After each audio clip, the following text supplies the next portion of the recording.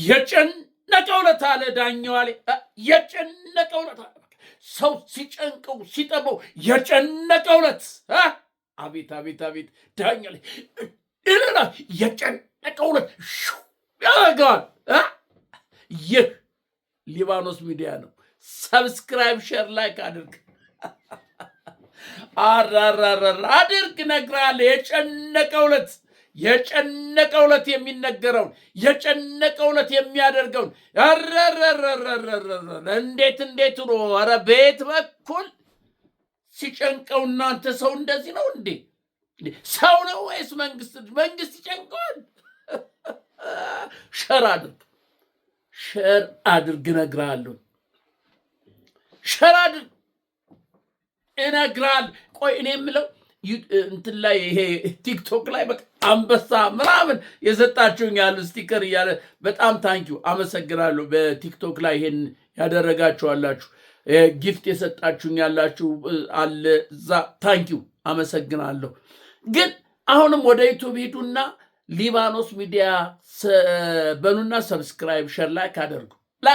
እኔ እየለፈለፈልኩኝ አመጣልሃለሁ። እንዲህ እየጎተትኩኝ ከምንጩ የተደበቀውን እንዲሰርስር የገባና አድርጌ ለአንተ አመጣልሃለሁ። የጨነቀው ዕለት ይላል የጨነቀው ዕለት አለ።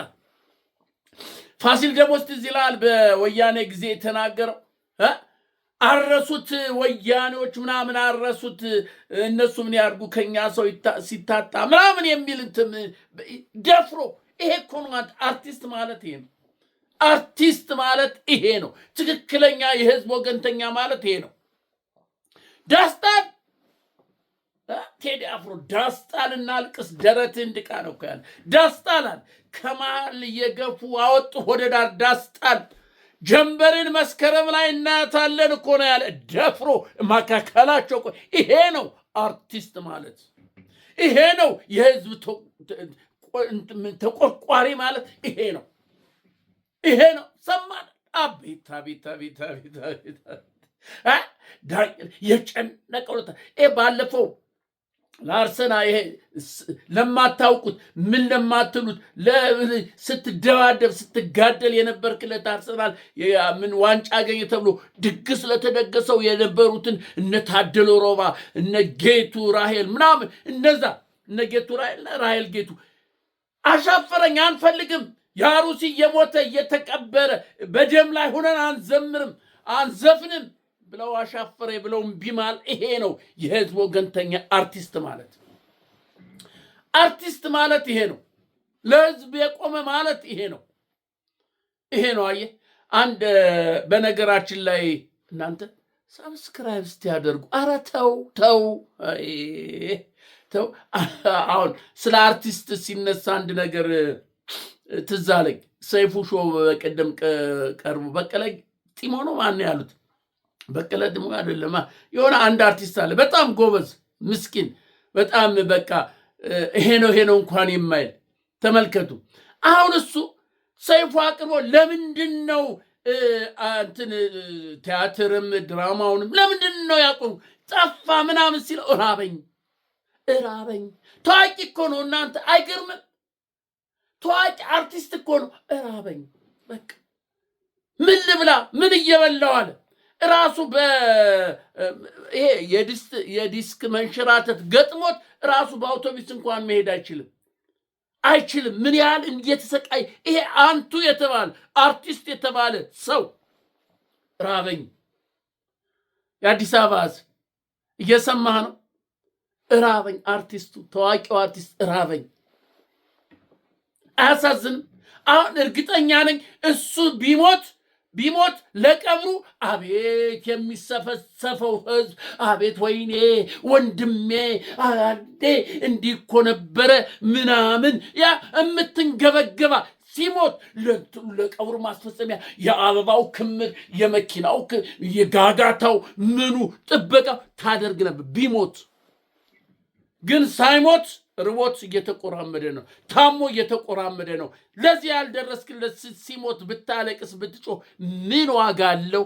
ታይታ ይባላል። ይሄ የአዲስ አበባ ታይታ ይባላል። ይሄው መቸገሩን እየነገረ ነው። እየራበኝ ነው ብሏል። መግሬ መሄዳል መቆም አልችልም፣ መቀመጥ አልችልም፣ በመድኃኒት ብዛት ነው ስቃይ ላይ ነው ያለው ብሏል። ይሄ ጉምቱ የሆነ አርቲስት እስቲ እንግዲህ እናያለን የምታደርገውን። አንድ ባለታክሲ የሰራ መሐመድ ማንም ይባላል። እሱ እግዚአብሔር ይባርከው ከነ ቤተሰቡ እሱ 100 ሺህ ብር ሰጥቶታል። ሰጠ በሰይፉ በኩል 100 ሺህ ብር ለወንድሜ ለአጋሬ ብሎ 100 ሺህ ብር እንደ ምን መነሻ አድርጓል። እስቲ ሌሎቻችሁስ? ይሄ ነው እኮ መተባበር ማለት ይሄ ነው። ለአርቲስት መተባበር ለምን መተባበር በቁም ነው እንጂ ከሞተ በኋላ ዋይ ዋይ ብትል ምን ዋጋ አለው? ነፃነት ወርቅነህ ከሞተ በኋላ ያ ሁሉ ልቅሶ፣ ያ ሁሉ ጫጫታ፣ ያ ሁሉ ነገር ሆነ።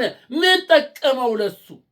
በቁሙ እያለ ግን እንዲሰክር እንዲጠጣ ለበሽታው የሚያባብሰውን ትገፋፉት ነበር። ጓደኛሞች የነበራችሁ እየወሰዳችሁ ዘይት ምናምን እያልክ ጨዋታ ላይ 1 ቢራ 2 ቢራ ምናምን እያልክ አጠጣ የተባለውን ሰው እንዲጠጣ አድርገህ ሆዱ ተነፍቶ እንዲሞት አደረግከው።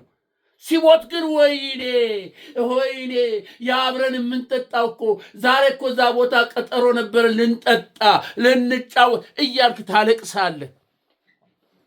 ምን ጠቀመው? ቢኖር አይጠቅምህም ነበር? የበለጠ ቢኖር በህይወት ቢኖር ለኢትዮጵያ ሕዝብ ለአንተም ይጠቅምህ ነበር። ግን የለም ከሞተ በኋላ እየየየ ነው። በቁም እያለ ማንም ዞር ብሎ አያይህም። ወይኔ እኮ አልሰማውም ይላል። ኧረ እኔ እኮ አላየህ እንደዚህ መሆኑን መች ተረዳ? ይሄው አሁን ተረዳ። በአደባባይ ወጥቶ እየራበኝ ነው፣ እርቦኛል፣ በሽተኛ ነው፣ መቀመጥ መሄድ አልችልም ብሏል። መኪና ግዛለት፣ ቤት ግዛለት፣ የሚበላው ስጠው፣ አሳክመው። ትክክለኛ ኮንክ አርቲስቱ የኢትዮጵያ ነው ካልክ ይሄን አድርግ። አርቲስቶች እንኳን ራሳችሁ ያላችሁ ብዙ ብር ያላችሁ ካፒታል ያላችሁ አርቲስቶች አላችሁ። እናንተ እንኳን ሌላውን ቢብል እናንተ እንኳን አስተባብራችሁ ይሄንን ጉምቱ የሆነ አርቲስት ማንሳት አለባችሁ። በልቶ እንዲያድር እንኳን ማድረግ አለባችሁ። ይቅርታ ወደ አላሰብኩት ነገር ገባው። ስለ አርቲስት ስለተነሳ በቃ በጣም ስላዘንኩ ወደዚህ ነገር የገባሁት። ይቅርታ አድርጉልኝ እና ሰብስክራይብ አድርጉ። ስለዚህ ጉምቱ የሆኑ አርቲስቶችም አሉን ማለት የኢትዮጵያ ወገንተኛ የሆኑ አርቲስቶችም አሉ ለህዝብ ጎን የሚቆሙ ራሳቸው መስዋዕት አድርገው የሚቆሙ አሉ። ይሄ ነው። ስለዚህ የጨነቀው ለታል መንግስት ሲጨንቀው ምን አለ? ከፋኖ ጋር ኬንያ ውስጥ ምን ተደራድራል? ማን ያየራድ ነው ማን የሚሉት አንድ ሆዳም አለ፣ አንድ ሌባ አለ፣ ጨውላሽ አለ። ከፋኖ ጋር ተደራድረን ከ6 ወር በፊት ድርድር ተቀምጠን እንትን ብለን ነበረ፣ ግን አልሆነም። አየህ፣ የትኛው ፋኖ ጋር ነው የተደራደርከው?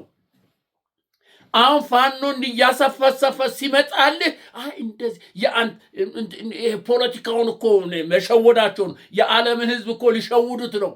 የኢትዮጵያን ህዝብ ሊሸውድ የፋኖን እንትኖች ሊሸውዱ። አረ ድርድር እኮ በድብቅ እያደረግን ነው። ከማን ጋር? ከዘመነ፣ ከመሬ፣ ከአስራት፣ ከማን ጋር? እስቲ ንገር። ከማን ጋር ነው ድርድሩ የነበረ? በየትኛው ሀገር፣ በየትኛው ቋንቋ፣ በየት በኩል እንዴት ነው ድርድር የተደረገ? ማን ይሄ አየራድ የሚሉት አንድ ሆዳም አለ፣ የጸጥታና የምናምን እንትን ብሎ የሾሙት የነበር። በቃ ጨነቃቸዋ። አሁን መጣላቸዋ። አፋፍ ላይ ደረሳ። መውጫ መግቢያ የላቸውም፣ መሄጃ የላቸውም። በቃ ደረሰ። ፋኖ መጥቷል፣ እየገሰገሰ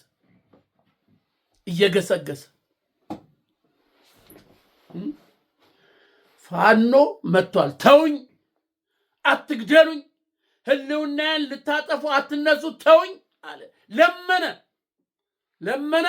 ለስንት ጊዜ ለመነ፣ እየተሰደበ አንገቱን እየደፋ ተው እየተባለ እያለ ተውኝ፣ ማዳበሪያ በትክክል ስጡኝ፣ አርሼ ልብላ፣ አርሼ ሕዝቤን ልቀልብ ተው፣ በሰላም ልውጣ ልግባ ተው አለ። ኧረ ተው ተው እድ ደግሞ አንተ ብሎ ደግሞ አንተ እዛ አፈርን ግፋ እንጂ ደግሞ ለአንተ እንደፈለክ ነው የምናደርገው። ተው እነሳ። አይ ከመቀመጫ ነው ከሽለላና ከፉከራ ምን ትችላለህ? ሂድ ወደዛ፣ ሂድ ወደዛ። እነ ብርሃኑ ጁሎ ህዋትም እንደ ዱቄት በትነነዋለን። በዘራችሁ እንደዚህም አይድረሳ። እንዲህ በቃ እንደ ዱቄት ብትን እኮ ነው ያሉት ምናምን ብሎ በወረቱ ጊዜ የሰራዊቱን እናንተ በትግራይ ውስጥ የነበረ የሰሜኑ ሰራዊት እንዴት ታቅዶ እንደነበረ ታውቃላችሁ? ከሳምንት ከሁለት ሳምንት በፊት በመንግስት ደረጃ ታቅዶ ተወስኖ የነበረ እንደሆነ ታውቃላችሁ? ሆነ ተብሎ የተደረገ እንደሆነ ታውቃላችሁ? ገና ይወጣል ሚስጥሩ።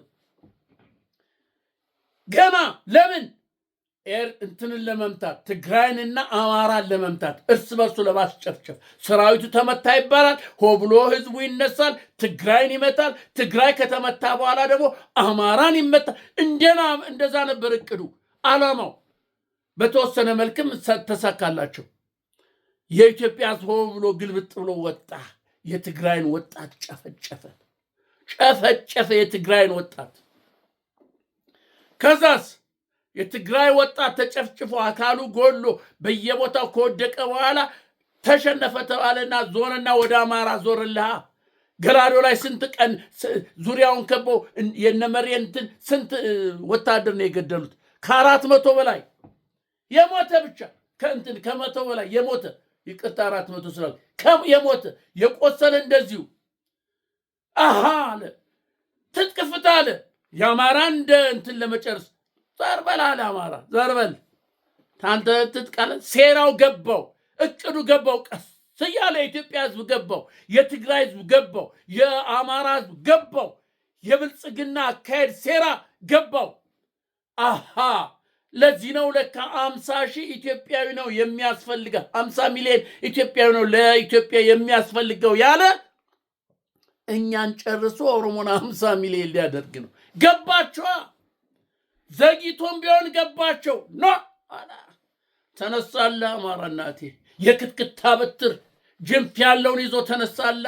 ባናታናቱን እነግራለሁ እንዴት አድርጎ እንትኑን ይሄ ምንድነው ድሽቃ የማረከውን በዱላ አቀርብልሃለሁ። ትክክለኛው የሆነ ስሙ ምኑ ይምጣልኝ ብዬ ነው እንጂ በዱላ እንዴት ተጉዞ ሲተሽሮክልኮ ሄዶ አቱን ወቅሮ ክላሹንም ሽጉጡንም ይሄ እንትኑን መሳሪያውን የነጠቀ ገበሬ እነግራለሁ።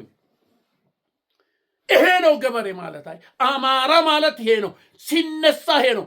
ድብ አንበሳ በለው፣ ደቦል አንበሳ በለው። ተው ሲባል እምቢ ብሎ